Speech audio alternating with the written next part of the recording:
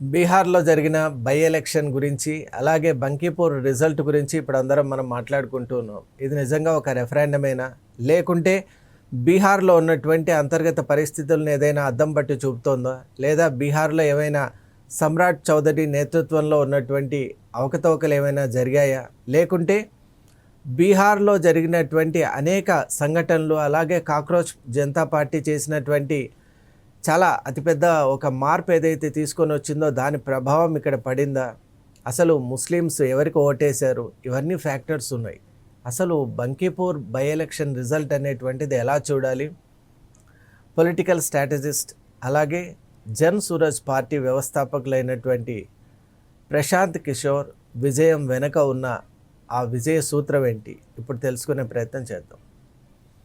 బీహార్ అంటేనే స్ట్రాటజీస్కు, అలాగే బీహార్ అంటేనే అనేక రకాలైనటువంటి గందరగోళాలకు కూడా మారు పేరు మరో పేరు. మరి అటువంటి బీహార్లో బీజేపీ కంచుకోట, అంటే దాదాపు 1995 తర్వాత ఎప్పుడు కూడా అక్కడ ఓటమి అనేది బీజేపీ చూడలేదు. మరి అటువంటి బీజేపీ యొక్క పర్మనెంట్ సీట్గా భావింపబడే బంకీపూర్లో నితిన్ నబీన్ 5 కాన్సిక్యూటివ్ టర్మ్స్ ఆయన గెలిచారు. మరి అటువంటి సీట్లో ఇప్పుడు అనూహ్యంగా ఈ బై ఎలక్షన్లో, మరి బై ఎలక్షన్ ఎందుకు వచ్చిందంటే వారు రాజ్యసభకు అప్గ్రేడ్ కావటం, ఆ తర్వాత మళ్ళీ బీజేపీ చీఫ్గా నియమింపబడటం, ఇవన్నీ మనకు తెలుసు. కాబట్టి ఈ సంఘటన జరిగినందువల్ల అక్కడ వేకెన్సీ వచ్చింది. మరి ఆ సందర్భంలో జరిగిన బైపోల్లో ప్రశాంత్ కిషోర్ గెలిచారు. మన విజువల్స్లో మనం చూడొచ్చు how he is greeting people and how he is being greeted by people also. మరి విజయం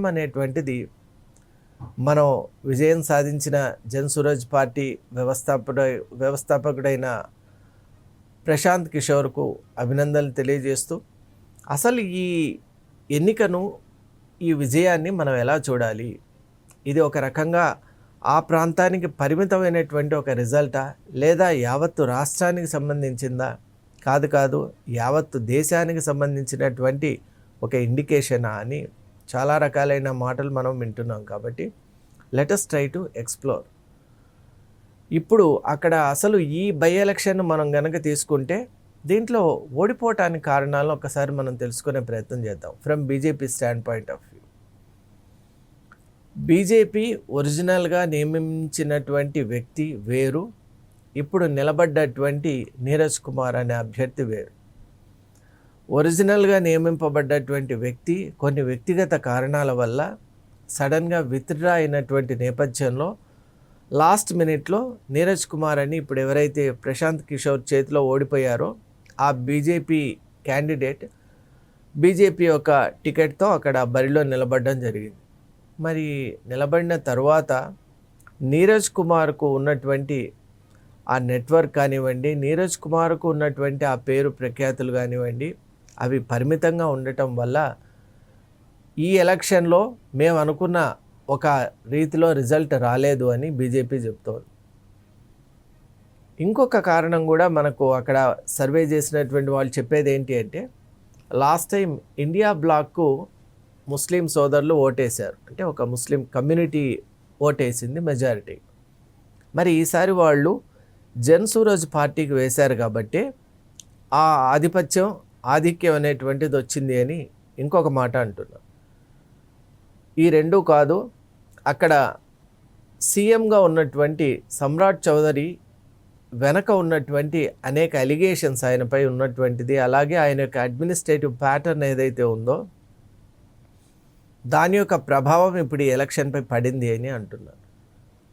ఇంకొక కారణం కూడా చెప్తున్నారు. అదేంటి అంటే, కరెక్ట్గా ఈ బైపోల్ జరిగేటప్పుడే మనం దీని వెనక బ్యాక్గ్రౌండ్లో ఒకసారి చూసినప్పుడు నేషనల్ లెవెల్లో ఉద్యమాలు జరిగాయి.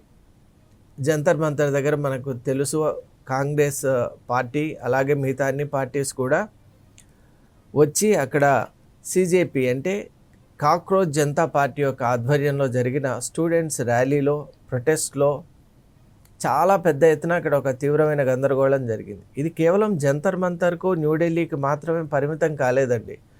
అనేక రాష్ట్రాల్లో ప్రతి చోట కూడా విద్యార్థులు వాళ్ళ యొక్క గళం వినిపించే ప్రయత్నం చేశారు.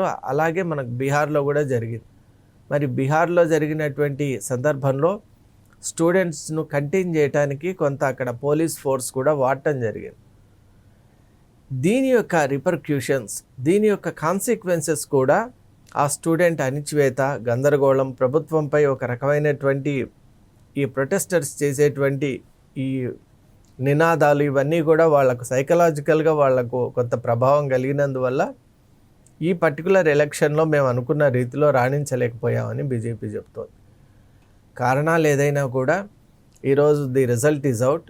మరి స్ట్రాటజిస్ట్ కాబట్టి ఈయన వాడిన స్ట్రాటజీ మనం చూసినట్టయితే డెఫినెట్గా ప్రశాంత్ కిషోర్ ముస్లిం సోదరుల యొక్క ఓట్లను గెలుచుకునేటువంటి విషయంలో సక్సెస్ అయ్యాడని మనం చెప్పాలి.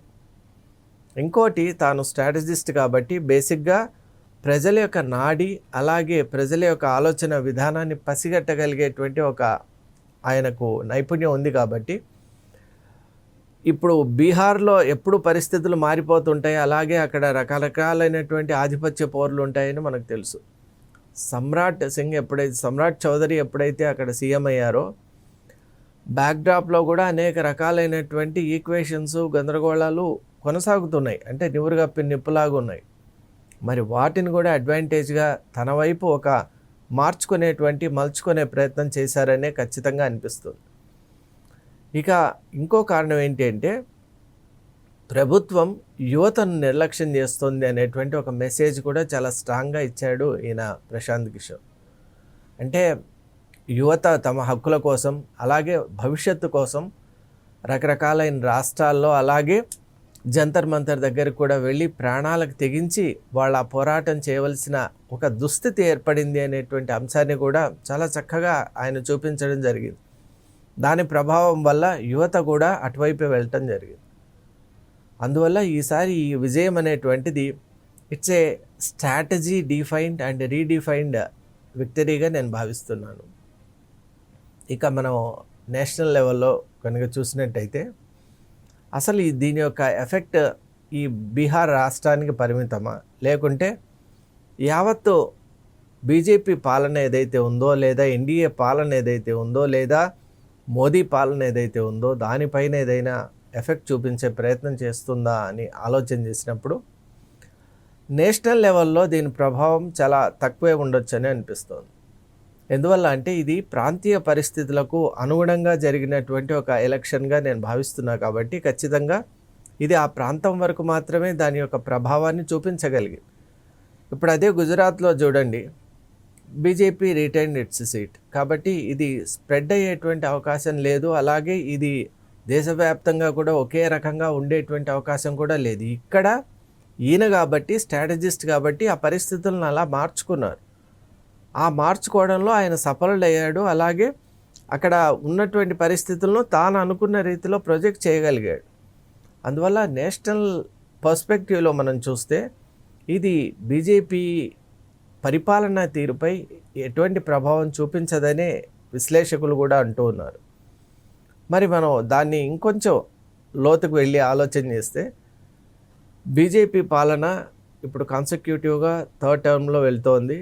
అలాగే మనం చూస్తున్నాం జరుగుతున్నటువంటి డెవలప్మెంట్ ఆస్పెక్ట్స్ కానివ్వండి, మన తెలుగు రాష్ట్రాల్లో కూడా చూస్తే మనకు వచ్చినటువంటి రైల్వే ఇప్పుడు కేటగిరీస్లో కానీ అలొకేషన్స్లో చూస్తే, అలాగే ఇప్పుడు మన పొరుగు రాష్ట్రమైనటువంటి ఆంధ్రప్రదేశ్లో అల్లూరి సీతారామరాజు ఇంటర్నేషనల్ ఎయిర్పోర్ట్ భోగాపురంలో అది ప్రారంభోత్సవం, ఇవన్నీ చూసినట్టయితే మనకు కూడా వరంగల్ అలాగే మనకు కూడా ఎయిర్పోర్ట్స్ కేటాయించడం, ఇక్కడ ఇన్ఫ్రాస్ట్రక్చరల్ డెవలప్మెంట్ చేయటం, మరి ఇవన్నీ దృష్టిలో చూస్తే బీజేపీ ఒక ప్రణాళికాబద్ధంగా ముందుకు వెళ్తూ అభివృద్ధిని సాధించాలి అనేటువంటి విషయాన్ని వికసిత్ భారత్ వైపు వెళ్తోందని. ఇక ఇంటర్నేషనల్గా కూడా మోడీ డిప్లొమసీ గురించి అందరికీ తెలుసు. How he is trying to react to the situations. ఇప్పుడు మనం గమనించినట్టయితే మనకు ఒక్కోసారి యుద్ధం చేస్తున్న నేషన్స్ ఏవైతే ఉంటాయో వాటిల్లో రెండు కూడా ముఖ్యమే. దీన్ని కూడా మనం కాదనుకోలేం. అటువంటి పరిస్థితుల్లో కూడా డిప్లొమసీతో ఎలా బిహేవ్ చేయాలి, ఎలా భారతదేశానికి నష్టం లేకుండా పరాయి దేశాలతో విదేశీ ఆ శక్తులతో వ్యవస్థలతో ఎలా వ్యవహరించాలి అనేటువంటి ఒక ప్రణాళికతో ముందుకు వెళ్తోంది. అలాగే మనం చూస్తున్నాం గల్ఫ్లో జరిగినటువంటి ఇంకా కొనసాగుతున్నటువంటి ఆ సంక్షోభం, ఆ సమయంలో ఎలా అయితే భారత ప్రభుత్వం జాగ్రత్తలు తీసుకోవటం, దానివల్ల మనం కొంత ఆయిల్ క్రైసిస్ ఇంకా చాలా ఒక సమయంలో మనం ఉండేవాళ్ళం. కానీ కొన్ని జాగ్రత్తల వల్ల, అలాగే మనం వేరే దేశాలతో కూడా ట్రేడింగ్ చేస్తున్నాం. మనకు రష్యా, అలాగే వేరే విదేశాల నుంచి కూడా మనకు ఆయిల్ తీసుకోవటం, ఇలా ఒక రకంగా చెప్పాలి అంటే ఒక ఫ్రేమ్వర్క్లో వెళ్తుందనే చెప్పాలి. కాబట్టి పొలిటికల్గా కూడా మనం పెద్దగా ఒక రకమైనటువంటి అప్హీవల్స్ కానీ లేదా ఎనీ కైండ్ ఆఫ్ ఇప్పుడు సైన్ వేవ్ మూమెంట్ లాగా ఎటువంటి ఫ్లక్చుయేషన్స్ మనం చూడటం లేదు. కాబట్టి ఈ బంకీపూర్ ఎలక్షన్ అనేటువంటిది it has got a limited and it has got only A time bound effect అనే నేను భావిస్తున్నాను. మరి బీహార్లో ఇక వచ్చే టైమ్స్లో బీహార్ ఎలా ఈ యొక్క బీజేపీ గవర్నమెంట్ నేతృత్వంలో, ఎందువల్ల అంటే ప్రజలు చాలా అద్భుతమైనటువంటి తీర్పు ఇచ్చారు. ఆ తీర్పుతో వాళ్ళు అభివృద్ధి పదం వైపు తీసుకువెళ్తారనేటువంటి ఆకాంక్షతోనే ప్రజలు ఇంకా ఉన్నారు. కాబట్టి and still they have some time. So 24 కాబట్టి they should do everything to make people re-elect them to the power once again. అలాగే ఇక్కడ కనుక మనం చూసినట్టయితే దేశవ్యాప్తంగా కూడా బీజేపీ తన యొక్క పంథాతో, తన యొక్క అభివృద్ధి పథంతో ముందుకు వెళ్తున్నటువంటి నేపథ్యంలో ఇప్పుడు విపక్షాలు కూడా ఏదైనా సిస్టంలో ఉన్నటువంటి లోపాలను ఎత్తి చూపే ప్రయత్నాలే చేస్తుంటే, అది కూడా సొసైటీకి మంచి చేయాలనే ఉద్దేశంతోనే. కాబట్టి సమన్వయంతో ముందుకు వెళ్ళే ప్రభుత్వం ఖచ్చితంగా అభివృద్ధిని సాధిస్తుందనే నేను భావిస్తున్నాను. Thank you.